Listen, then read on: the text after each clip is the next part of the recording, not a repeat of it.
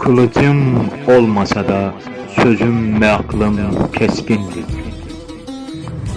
Mərd insan əsil lotu Allaha tərəf olandır. Mən yalancı ola bilərəm, amma məni bir doğrulayan var, o da Allahdır.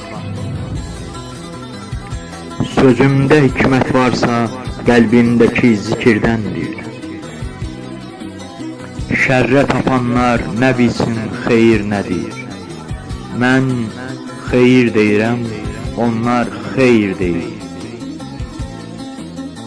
Siz boyun əymirsiniz, amma mən boyun əyməklə qarşımdakını əyirəm. Fetva və hüküm verilmişdir.